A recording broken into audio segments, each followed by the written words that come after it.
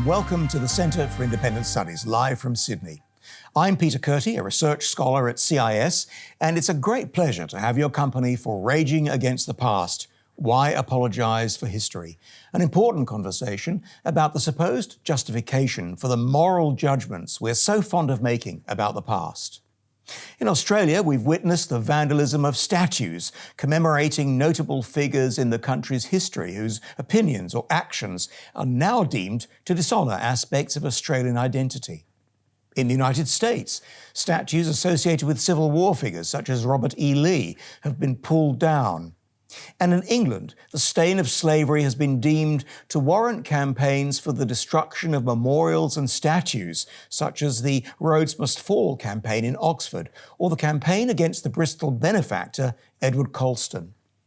These statue-toppling protesters say that history needs to be corrected and the stigma of racism, colonialism, slavery, or invasion eradicated. But what sense does it make to try and erase the past when the past is the one we've got? And what makes our own moral judgment more worthy than the judgment of those who've gone before? Well, to discuss our contemporary fixation with raging against the past, I'm delighted to be joined from London by the distinguished British jurist Jonathan Sumption, QC, Lord Sumption. Lord Sumption was a medieval history don at Oxford before being called to the bar in 1975, where he enjoyed a highly successful career. He took silk before the age of 40, and then in 2012 was appointed from the bar to the Supreme Court of the United Kingdom, where he served until 2018. In addition to publishing books about constitutional, legal and political questions in the UK, Lord Sumption has also continued to work on his 5-volume history of the 100 Years' War. Lord Sumption, a very warm welcome to the Centre for Independent Studies. Thank you for joining me this evening. Glad to be here. Let me begin by asking you about skills that the historian and the lawyer have in common, because both are required to weigh evidence and analyse facts in order to determine the truth about the past. Why does there seem to be such difficulty in deciding what the truth about the past actually means? Well, there are plenty of people who think it's impossible to discover the truth about the past, that there's no such thing as objective truth. If I agreed with that position, I wouldn't be writing history, but I don't.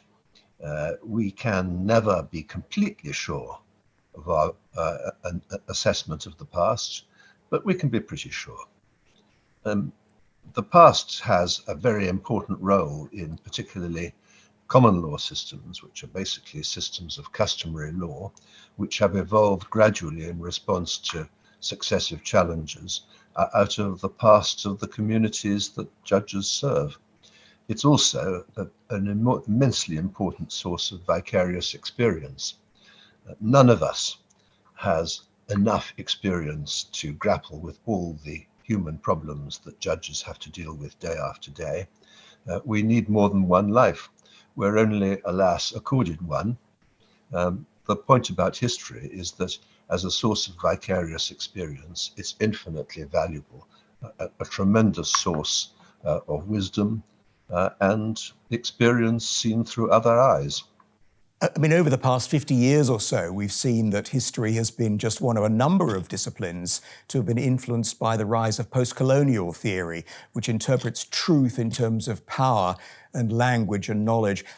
How serious do you think the challenge to the discipline of history is that's posed by this kind of political revisionism?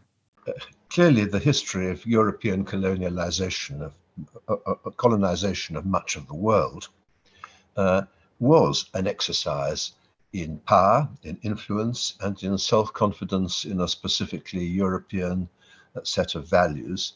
Some of that has evaporated, but none of it undermines the case for understanding the past. Indeed, we're never likely to have anything sensible to say about the experience of colonialism, whether from the point of view of the colonists or the colonized, unless we do understand the past. One of the objectives of this revisionism that I've referred to is to urge us that today's generation not only bears guilt for the past, but is actually morally responsible today for the deeds of an earlier generation and needs to apologise for those deeds. But as you have observed, what has happened has happened.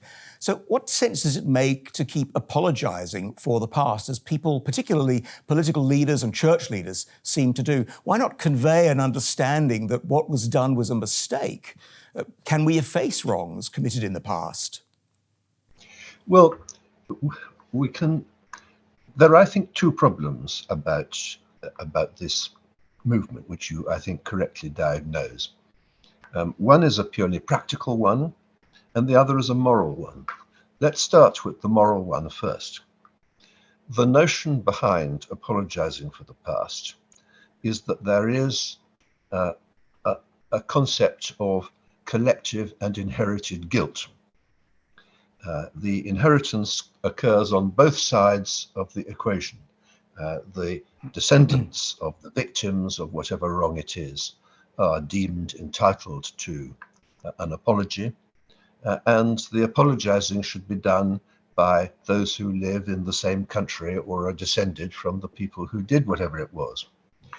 I find this notion of collective and inherited guilt morally repugnant.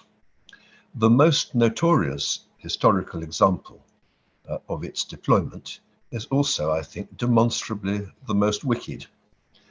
For many generations, for centuries, the main justification for the persecution of the Jews was that they were hereditarily and collectively responsible for the death of Christ. I think that no one can contemplate that proposition without being repelled by it. I would make exactly the same point of those who say that 21st century Britons are responsible for the Irish potato famine or the Atlantic slave trade, or that 21st century Australians are responsible for some of the worst aspects of the early history of Australia, and indeed the much more recent history of its treatment of Aboriginal people. These are terrible things from which we should learn. We are not going to learn from them unless we understand them. And that's a historical process. Yes. The practical point is a different one. The past has happened. You can protest about what is currently happening. You can protest about what you think may be about to happen. Many people do, and the justification of that is that it might change attitudes and lead to a different present or future. But you can't change the past. All that you can really do about the past is to express your own indignation. And I think that the main motivation behind those who pull down statues is essentially to show which side they are on. This is a completely useless exercise. Nobody nowadays thinks that slavery is morally justifiable. Values were different in the 17th and 18th century, but nobody thinks that now. So we're all on the same side. All that is achieved by pulling down statues is to show that some people are even more outraged about this than others. But the outrage of individuals is a completely insignificant fact. It's not going to achieve anything except material destruction of, for example, statues. So the practical objection to this is that it is a completely pointless piece of personal exhibitionism by people who want to demonstrate that they are on the right side with even more fury and vigor than everybody else. In his review of your most recent book, Law in a Time of Crisis, David Runciman criticized the view that you've just stated, that it's irrational and absurd to try to remake the past. Runciman said this, he said, people who pull down statues are not trying to change the past, they're trying simply to change how we commemorate it in the present. How do you respond to that criticism, which is a slightly subtle variation on the point that you are making? Isn't it reasonable, after all, to allow that people might wish to rethink the ways they commemorate the past? Well, it's not a question of rethinking. We all agree that slavery was a bad thing. That doesn't require any further thought. Nobody sane, anyway, needs to be persuaded today that slavery was an appalling injustice. So I would agree with David Runciman's view that what people are doing is not trying to remake the past. I don't even think that they're trying to efface it. They're trying to demonstrate the intensity of their own opinions about the past. But my view that that is a useless thing to do remains unchanged. It doesn't achieve anything, and the strength of individual feelings is not a matter of any great importance. There are many things that I feel indignant about, but what is to be gained by my simply expressing myself in ever stronger terms? You do not actually improve the case for any proposition by lading full of expletives. And essentially, the statue wreckers are simply adding an expletive to what is already completely common ground.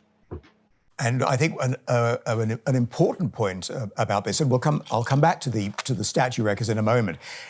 It seems to me is that people who are so indignant about this pay nothing like the kind of attention that needs to be paid to the persistence of slavery in parts of the world today. It seems to me that it's much easier to criticize people in the past for an association with slavery than to try to tackle complex political problems today in countries where slavery persists. And I wonder why it is that campaigners expend so little of their energy on those sorts of issues.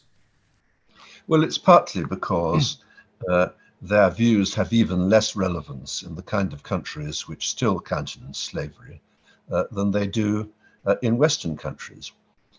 That's sometimes expressed by the statement that many of these people hate their own country. I don't actually think that that is true, but I certainly think that the desire to express one's own indignation has more resonance in one's own community than it does elsewhere.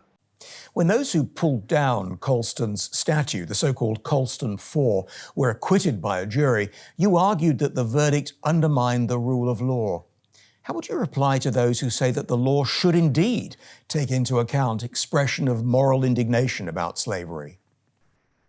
Well, it does to some extent, in that you have to have a guilty mind to be convicted of almost every offence. There are a few exceptions, but this isn't one of them.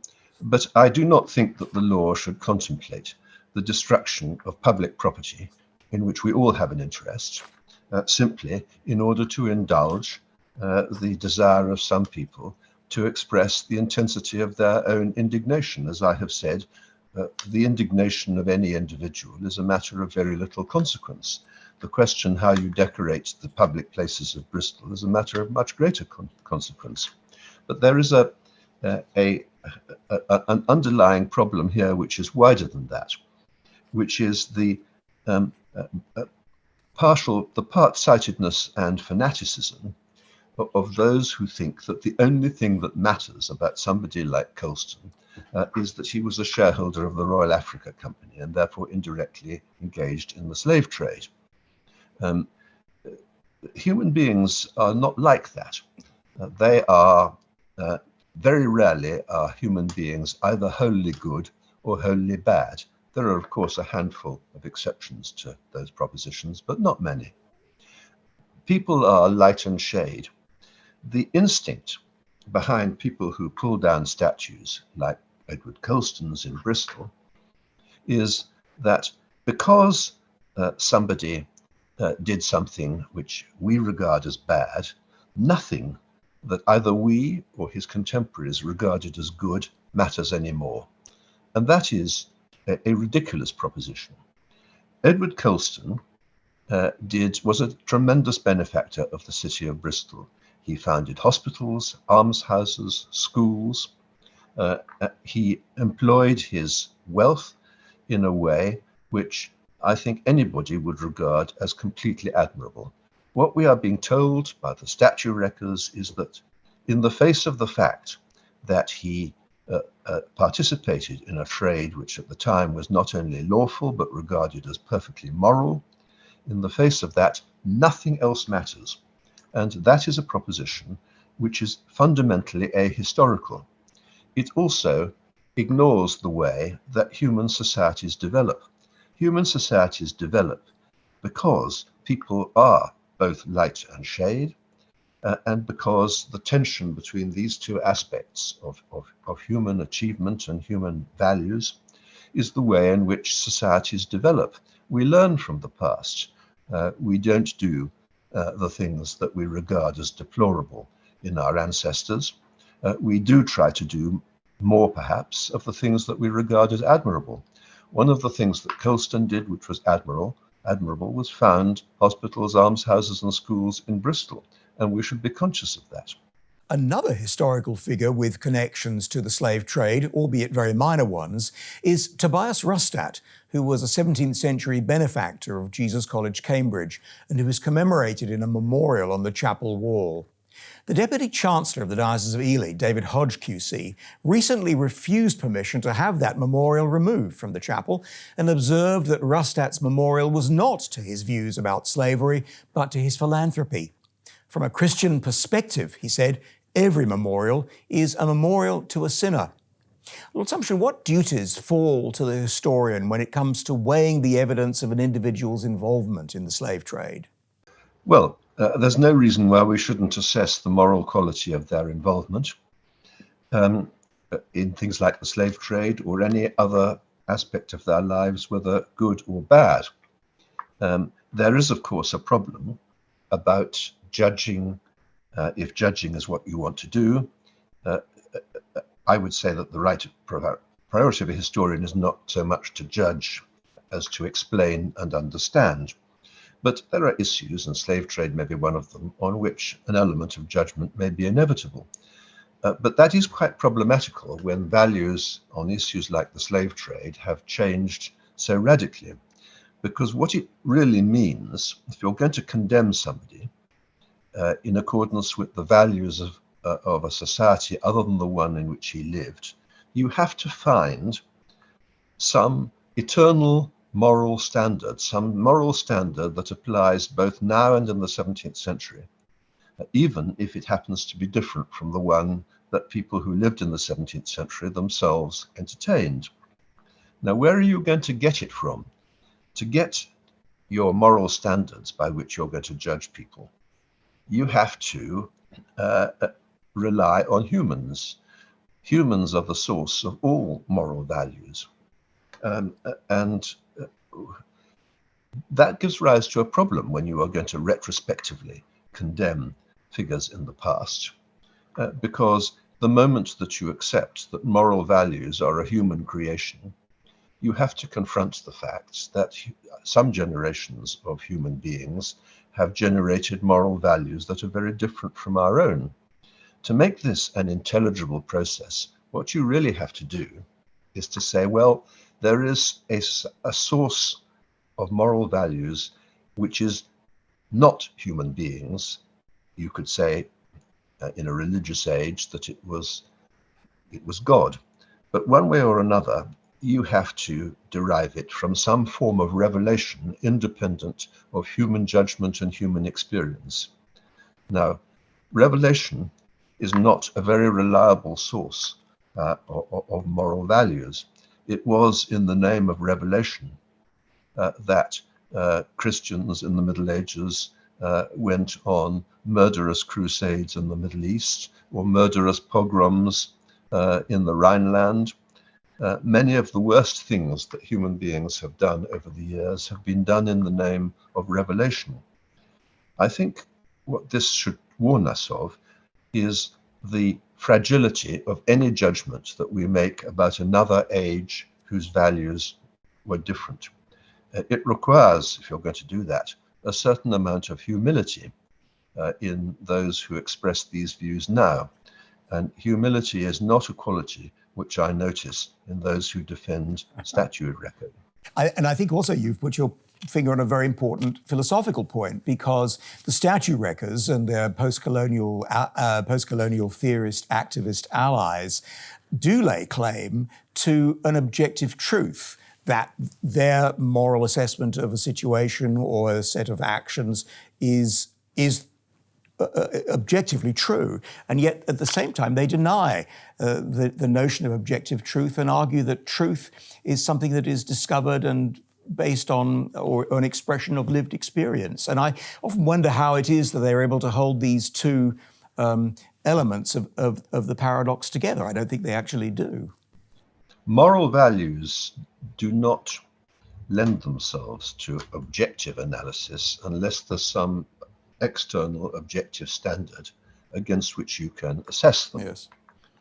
They are almost by definition a reflection of one's own personal judgment and one's own personal sensibility. And this does change. And this leads me to think very clearly that you're saying that once we start apologizing for the past and bringing to bear our own today's moral assessment or moral judgment, we immediately start to fail to understand the past in the ways in which an historian needs to understand the past. Indignation gets in the way of understanding on all subjects. Yes, I think that's true. Can I ask you a bit about what's been going on in the United States in recent times? Because their expressions, apologies for the expressions of apology for the slave trade, which clearly have been intended to settle long-standing tensions about race in that country, have now been accompanied by calls for reparation in addition to apology. Since the law recognizes a right to remedy in certain circumstances, what would you say to those who do argue that it's appropriate that the law grant a remedy now for deeds perpetrated in the past?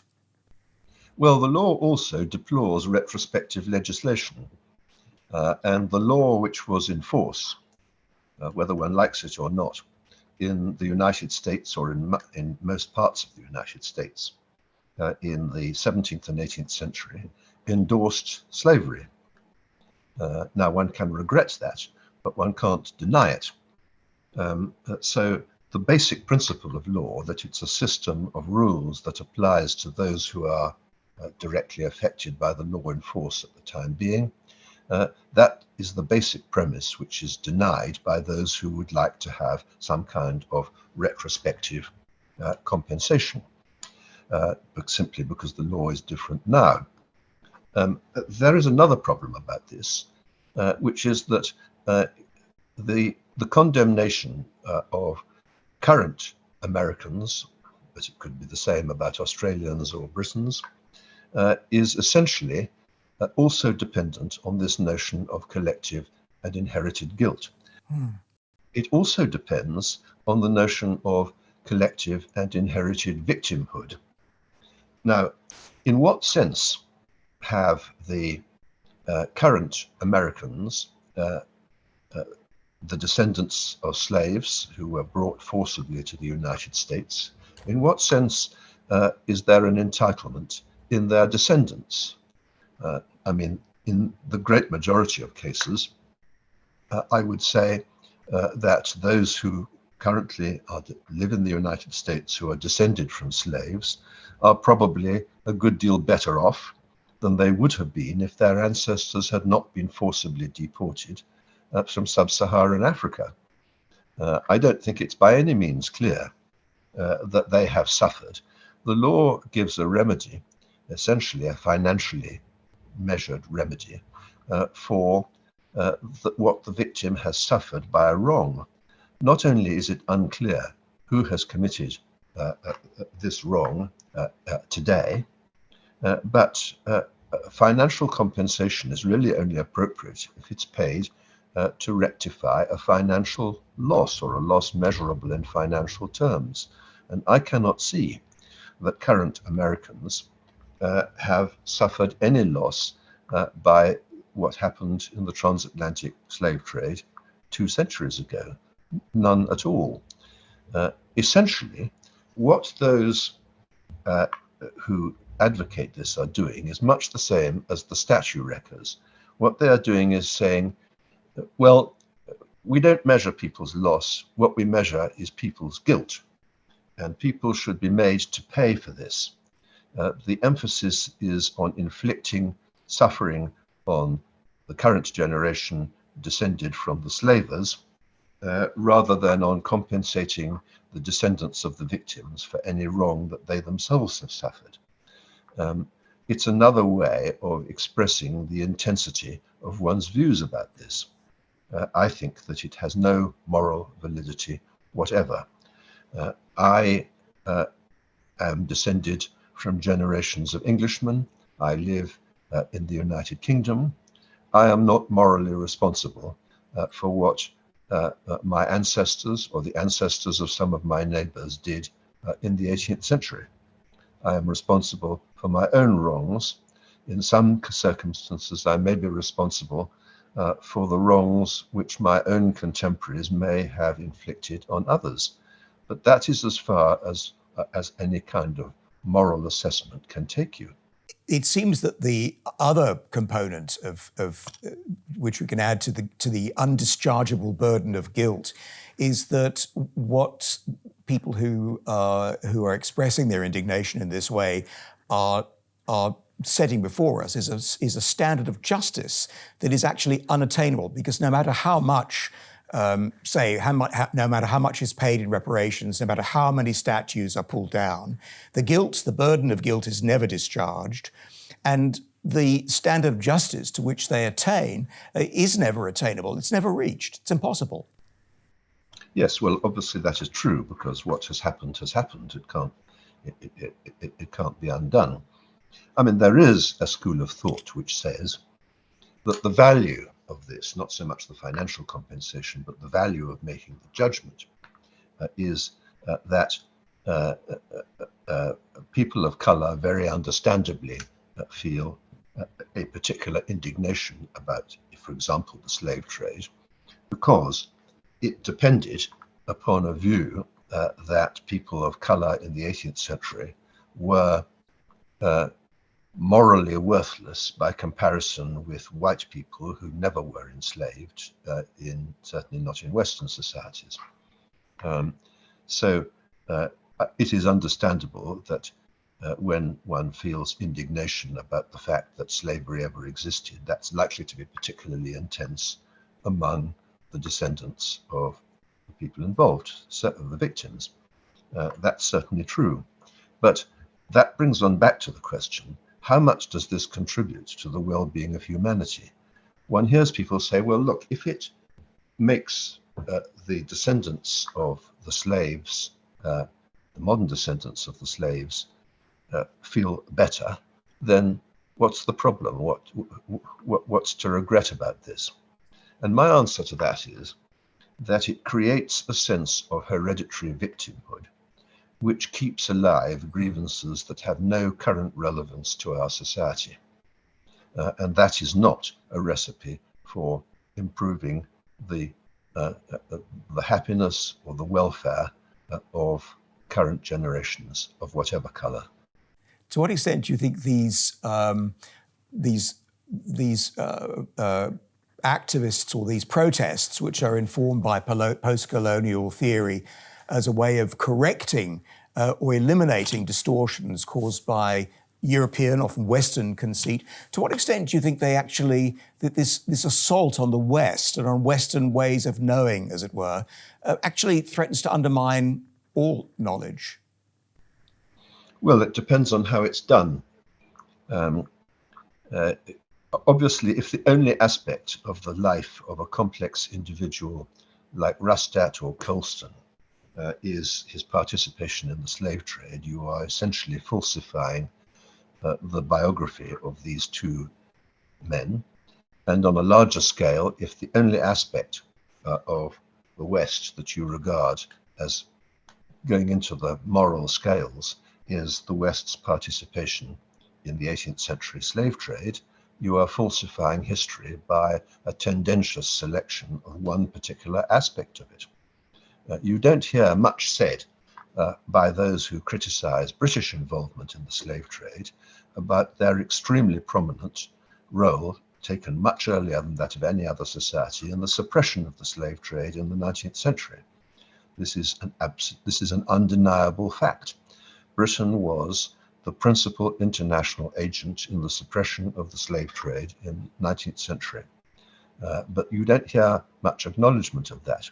Now, I'm not suggesting that this effaces the British involvement in the slave trade itself in a century earlier, but it is clearly a relevant factor in the moral scales, and we should not be falsifying the past by only looking at one side of the scale. I think that's a very important point, because it's easy, if one pays attention only to the indignant activists today, it's easy to imagine that they are the first and only people to have felt so strongly about slavery. And I think you're absolutely right that it overlooks and ignores the very important and, in many ways, courageous contributions that the people who on whose shoulders William Wilberforce stood. People like William Wilberforce changed the culture of their own age and laid the foundations of the very culture which the statue wreckers profess to be sharing. They deserve credit, and so far as one judges a society by the values of its members, the society to which William Wilberforce belonged deserves credit. Can I ask you a bit about the task of writing history? As an historian working with a particular speciality in medieval history, I would imagine that, I think all historical writing is bound to be perspectival to a lesser extent or another. But to what extent what sort of challenge does the medieval period, which is even further removed from our own than the 19th, 18th, 17th centuries, to what extent does writing about that period of history in the 100 Years of War, the 100 Years War era, present the challenge of perspective to today's historians such as yourself? Humanity doesn't change as much as people think. What changes is humanity's capacity, administrative and technical, for achieving things. In fact, I think you could say that one of the tragedies of humanity over the centuries has been that its capacity to change things has increased so much faster than its moral sensibilities. But if you look at the acts of societies at war in the Middle Ages, you find that people misbehaved in exactly the same way, that they had exactly the same attempts to civilize the business of war, that those attempts failed just as comprehensively in the late Middle Ages as they have done in the 20th century, and indeed the 21st, as we are now seeing. On the whole, human motivation doesn't change much. So that the point that I made earlier about the value of vicarious experience is just as valid, it seems to me, as applied to any society which is articulate enough to explain and understand what it's doing. That's why we study the classical world, which in some ways, the dilemmas of humanity are expressed in a purer way in the classical world than any subsequent period of human history. Do you think that distance from today's period, the greater the distance, the harder it is for the task of the historian? Of course, because the sources are less plentiful. But that's the only difference. Right. You can, obviously, any historian has to come to grips with the fact that people had different attitudes to things like, for example, war. Different values. It's the same point that we've been discussing in the context of 18th century slavery. But it isn't in fact difficult to understand the views of people whose values were utterly different from one's own. That isn't terribly difficult. What's difficult is to reconstruct what they did from sources that become more partial and more fragmentary the further back one goes. In your 2019 Reith Lectures, you spoke about human rights and remarked that human rights are where law and politics meet.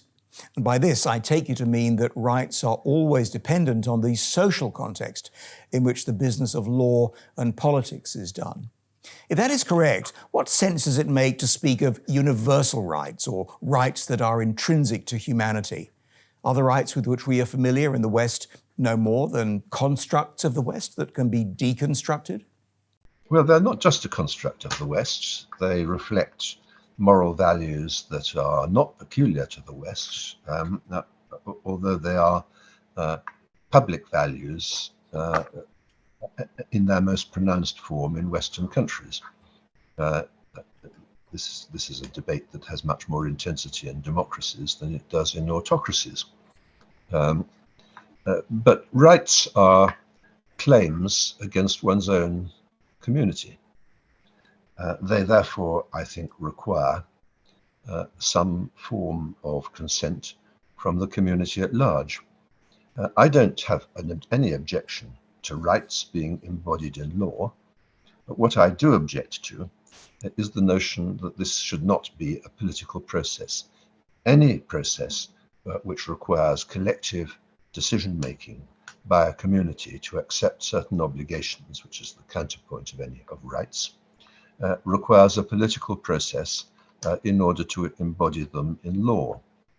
I therefore object to what is one of the hallmarks of modern international human rights law, which is that it should be divorced from the political process, that the rights in question should be devised and imposed by judges, and imposed indeed on democratic legislatures. This isn't a dilemma that arises in autocratic countries, but it very much arises in democracies. I think democracies are entitled to a system of democratic choice for the rights that they will recognize. I think that the rights that should be recognized are not necessarily going to be the same in countries with a long and civilized institutional history, like Britain and the United States, as they would be in countries that have just emerged from decades of communist dictatorship, for example. So my objection is not so much to the rights themselves as to the manner in which it's being suggested that they should be recognized. Yes, and I think that's a really important point, because when one thinks about thinkers such as Plato writing in the Republic, he may not have used the language of rights, but essentially philosophers like Plato are, in a sense, trying to work out the role of the citizen, the place of the citizen, the place of the individual in relation to the wider political society, the wider political community. And so the questions, in many ways, it's the language that's changed far more than the questions that have changed. Yes, I think that's true, although the substance has to some extent changed as well. There are many rights which I think that modern democracies would recognize as valuable, which were disregarded or indeed rejected in the past. I mean, we have to face the fact that in the past, most people regarded the idea of equality as ridiculous, and most people took the view that many aspects of our current political and moral sensibilities were simply either unimportant or they rejected them totally. Each society has to make its own judgment on these matters, and that's not only true chronologically, it's true geographically too. The judgment that our values require us to accept in countries like the United Kingdom or Australia or the United States will not necessarily be the same as the judgments that communities will make in countries with a different historical experience. Lord Sumption, we've got a large number of people who are watching our conversation and listening in, and we have some questions from some of those people who are watching, and I'd like to ask a few of them now. The first comes from Alistair Mackenzie, and he brings us back to Australia. Alistair Mackenzie asks this. He says, in Australia, much attention has been given to the uncovering or illumination of evidence of massacres of Indigenous people. May I assume, he asks, that by settlers. May I assume that leaving aside the tendentious nature of this new history, we should welcome verifiable evidence of such massacres as informing our quest to understand the past? Of course, I don't think that you can understand the early history of Australia without reference to the timeless and universal conflict between settled communities and communities which are either nomadic or at any rate much less settled. This isn't an experience peculiar to Australia, although, as you pointed out, it's an important part of Australia's past. It is something that it's a tension that has separated and antagonized settled communities against nomadic communities, certainly in the Far East and Middle East for many, many centuries. And the Australian experience is simply one other example of it. And normally, I mean, it's not true that the settlers have always had it their own way. The nomadic communities of the Middle and Far East in the Middle Ages, before the invention of artillery, on the whole, tended to win the battle of force. It was artillery that changed the balance of power and gunpowder. That has made the difference, which has made the settlers the oppressors and the nomads the victims. The Australian experience was a conflict between communities at different stages of human development, and that is always likely to be an explosive fact. We have a question. We've been talking about history and the discipline of history, and we've got a question from Joe Stella, who is wondering what advice you might have for researchers starting out in history who are uneasy with the prevailing culture at universities, but must find a way to operate within them. And I note, of course, that you left the university a long time ago and have enjoyed considerable freedom as a historian since then. But I wonder what advice you might have for Joe Stella. Well, I think that the one thing that would be most disastrous is for people simply to give up in the face of the consensus. And I know it's difficult because getting jobs in academic life does depend on how close the work that you wish to do is to the mainstream. And the mainstream in the academic world has moved in directions which I regard as rather intolerant and certainly involving a rather partial understanding of human history. So I don't underestimate the difficulties, but the one thing that I think is absolutely clear is that those of us who reject this approach need to soldier on, because if they don't, we're all sunk.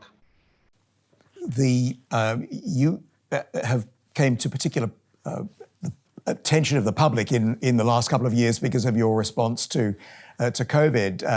And I thought we might leave that to one side for the purposes of our conversation this evening. But we do have a question from Jeff Rich, who raises the lockdown period. And his question is this: do you think a more humble, less indignant approach to the past supports a more modest, prudent approach to the future? And might such an approach have helped governments, say, during the COVID lockdown period? Well, I certainly think that a historical perspective helps, because historically, there's nothing particularly exceptional about the COVID pandemic. We have had worse pandemics before. We have had pandemics which, although not necessarily worse, we were less able to deal with because of the less advanced state of medical science. What history also, I think, teaches us is the extreme value of social interaction. Human beings are social animals. They depend not simply for their pleasures, but for their very existence on social interchange.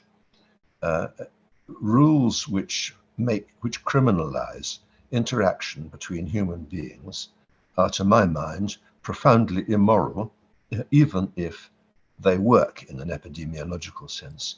As actually, I don't think they do work, but that's another question.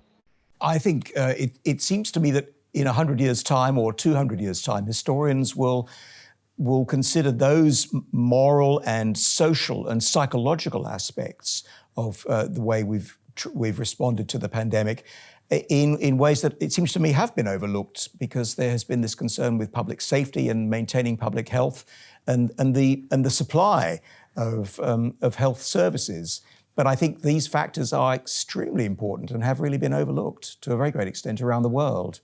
But this is, I'm afraid, another problem about humanity generally. It's what I've been calling the Hobbesian dilemma.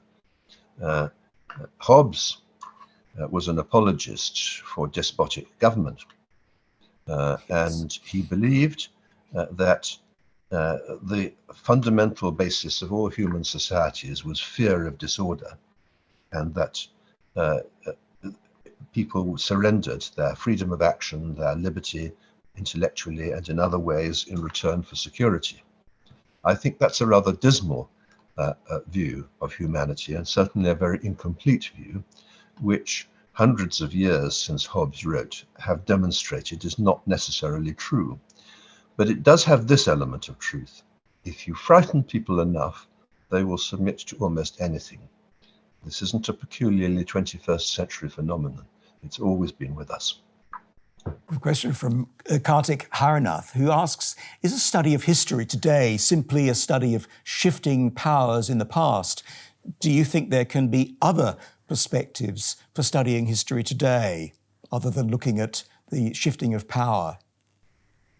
Well, some aspects of history are concerned with the exercise of power and with the displacement of power from one group to another. That's obviously an important aspect of the history of our societies, but it certainly isn't the only aspect. There is cultural and artistic history, there is the history of ideas, even within the realm of politics. What brings about change is not always the changing exercise of force. Human beings are very rich in their experience of life and in the ways in which they apply that experience. Virtually all general propositions are false at the margin. With that in mind, I mean, we've been talking about the discipline of history, and we've had questions from people who are embarking on a career in history. What would you say to somebody who was considering a career in law? Increasingly in Britain and in Australia, a law degree is a first degree, and people will study some form of some arrangement of legal subjects in the course of a first degree. Is that a good idea or not, do you think? I mean, you were an historian before you became a lawyer. I've made many enemies up and down the United Kingdom in universities by suggesting that law should not be a first degree. We should adopt the North American practice of making it a second degree.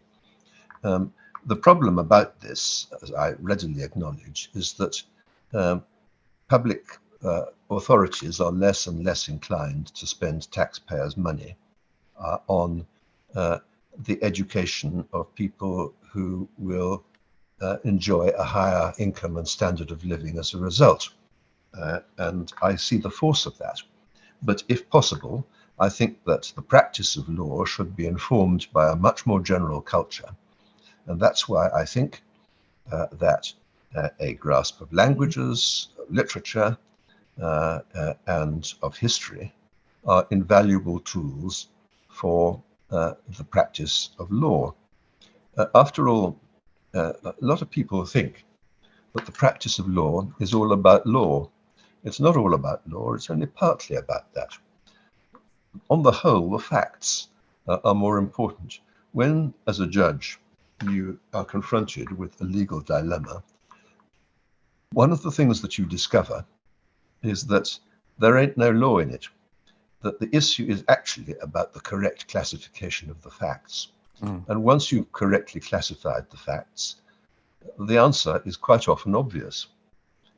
So anyone who practices law has got to be good at understanding the facts of the case, and more important still, the factual background against which those facts developed. History is an excellent training for that. It's a better training than law. In the course of your career at the bar and on the bench, have you seen a change in the quality of members of the legal profession as patterns of higher education have changed, as it's become more common to have a first degree in law rather than have a first degree in another discipline. Have you seen and experienced the consequences of that evolution? Well, I think that if you have studied nothing but law since you were about 18, which is the position of very many practitioners, certainly in Britain and I suspect also in Australia, if you've done nothing but law since then, you are likely to suffer from a number of intellectual disabilities. One of them is a conviction that it's all about law when it's not. It's about the application of a number of legal principles to human experience, which is a very much more complicated process. You're also likely to fall into the trap of simply enclosing yourself within your own specialization. Legal practice invites specialization, and specialized people tend not to look into the garden next door. They therefore deprive themselves of a great deal that they might find valuable if they did look there. Oh, indeed. We have a final question from Neil Carey, who's taking us back to an earlier part of our conversation.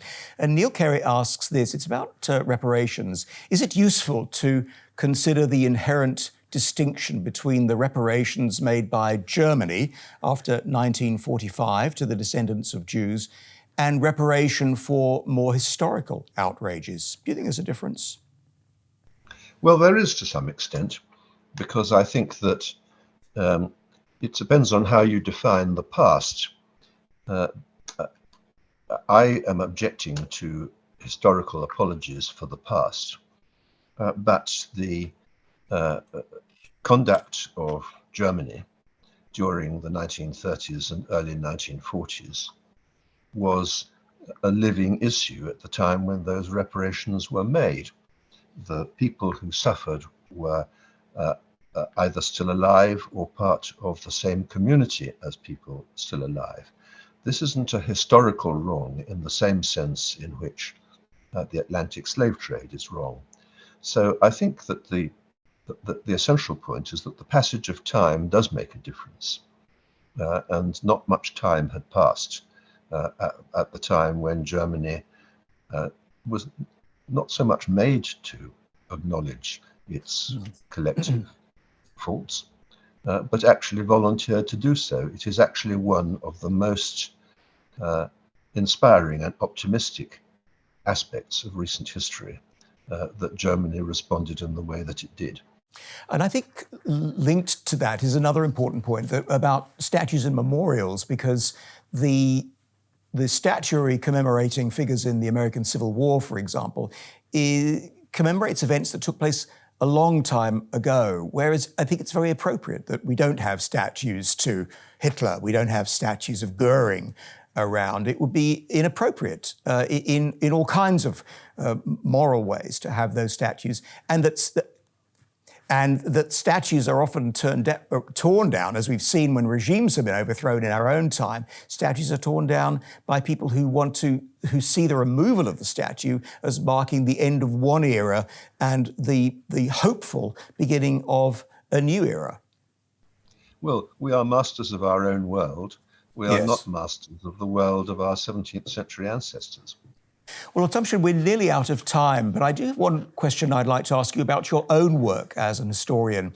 You are currently at work, or have completed work, on the 5th volume of your History of the 100 Years' War. It's been a tremendous project that you began more than 30 years ago. I wonder how you think that, 43 years ago, I wonder how you think you have developed as an historian over those years, and has your approach to the task of determining the truth about the past, whatever we mean by those terms, changed significantly over the course of your own work on the 100 Years' War? No, I don't think so. I mean, of course, I've learnt a lot in the process. I wasted a lot of time at the beginning chasing things down dead ends, and I do that less often now, at least I hope so. As one does anything, one becomes more practiced and one hopes more skillful at it. I think also, at least I certainly hope, that I've got better at placing what happened in 15th century England and France in a wider context of human experience. But that's the natural consequence of reading more and more as your life continues. And I guess growing in oneself and growing in wisdom and maturity, and seeing as we age, seeing the world in evolving terms, I suppose. We just don't respond to things the way we'd have done as undergraduates. With the aid of a larger volume of experience. Yes, I think this yes. is something that every one of us will recognize in themselves. Well, Lord Sumption, thank you very much indeed for contributing to this conversation and for being able to take part in the webinar. I'm very grateful to you for the time that you've been able to spend with us in this webinar from the CIS. And thank you to those at home for being with us. For another CIS webinar, do check out our website, cis.org.au, and we look forward to seeing you next time. For decades, the CIS has been a fiercely independent voice working hard to promote sound classical liberal principles. To be notified of our future videos, make sure you subscribe to our channel and then click the notification bell. We rely solely on the generosity of people like you for donations to advance our classical liberal cause. Check out the links on screen now to see how you can get involved.